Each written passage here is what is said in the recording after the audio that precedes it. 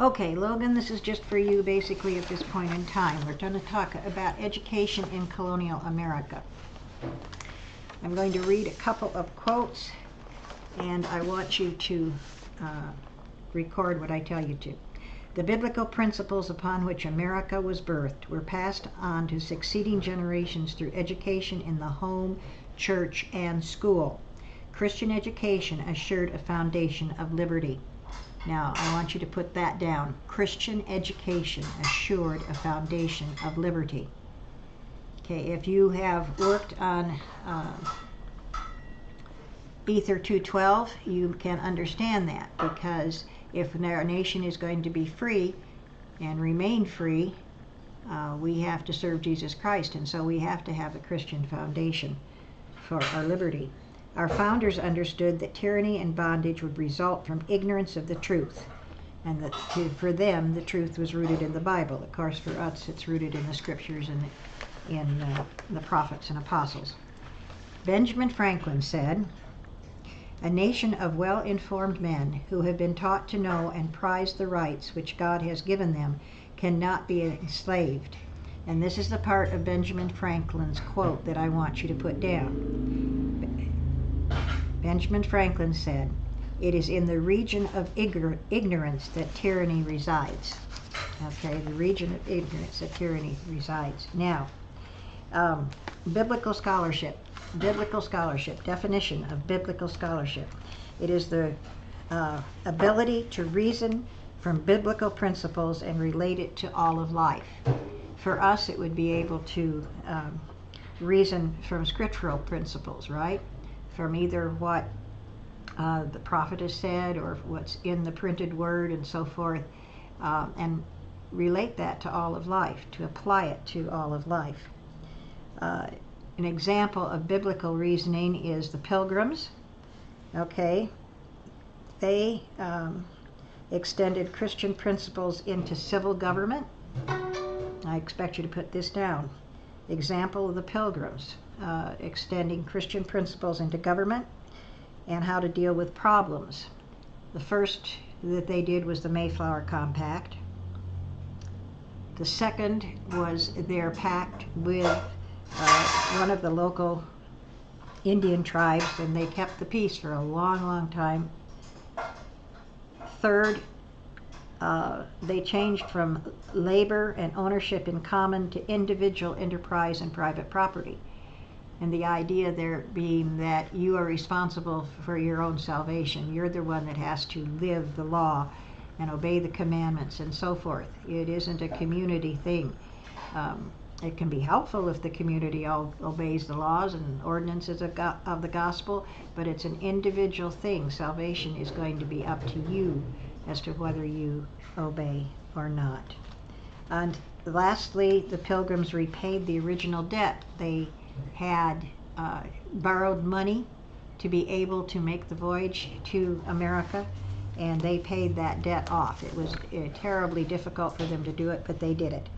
And that's what it means to be able to apply biblical or spiritual reasoning to real life. And that is a very important thing. And that's what's needed, is for people to be well educated enough in scriptures to be able to apply it in every area of their lives. The Bible was the foundation of their education in the colonial era. Okay? 70 to 100% of the people were literate. 70 to 100% of the people were literate. And the reason was because the people felt it was so important to understand the Bible, to be able to apply biblical principles to everyday life. It was a very high quality education. Education began in the home. Now, I expect you to be recording this down, okay? If you haven't, or if you need to slow it down, or you need to go back and so forth, that's okay. But get this all down. Education began in the home up through 8 or 9 years of age. Then there were grammar schools, and these were the situation where tutors, either parents or usually ministers, would come into the home and teach. And this lasted from the age of 8 or 9 to 13 years of age. So there was 4 or 5 years there where these grammar schools, either they were taught by parents in the home or a minister came in. In some cases, maybe a minister would have too big a group, and so they would meet in his home.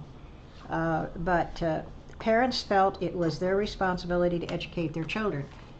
Whatever they did, they felt it was their responsibility to educate their children. The first 200 years, education was in the home. Okay? The first regular school was in Boston. The land was donated. It was called the Boston Latin School. And you have to understand, the reason that there was such a high quality of education, too, was that the people did read the Bible, and it was their main text, actually, for a long time. And they had other texts, too, but the Bible was the main text. The first common schools were in 1647 in Massachusetts, and that they were under the old deluder law of 1647. Now, deluder, somebody who deludes you, leads you wrong, and so forth. Deluder is D-E-L-U-D-E-R. Okay?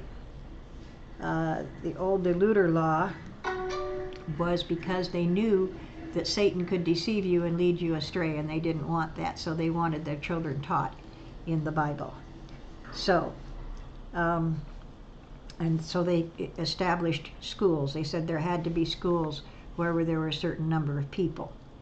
And those schools were mostly private schools or home schools. Okay? Now, home education. Who was home educated? George Washington, Thomas Jefferson, James Madison, Benjamin Franklin, Noah Webster, the one that wrote the dictionary, Abe Lincoln, Thomas Edison, Alexander Graham Bell, and countless others. Of the 117 men who signed the Declaration of Independence, 1/3 had only a few hours of formal education. That means in schools, real school, schools that we would talk about today. 1/4 had gone to college, but most of them hadn't. And so they'd taught themselves, or they'd been taught at home, some particular thing. But the main thing about the education was be able to apply the principles in the scriptures to real life. That is the final point of education, to be able to apply the scriptures to real life. And that's what it was for the first 200 years in colonial America. To be able to do that, that is what they wanted. We'll talk about education some more later, but that is about colonial education. Okay?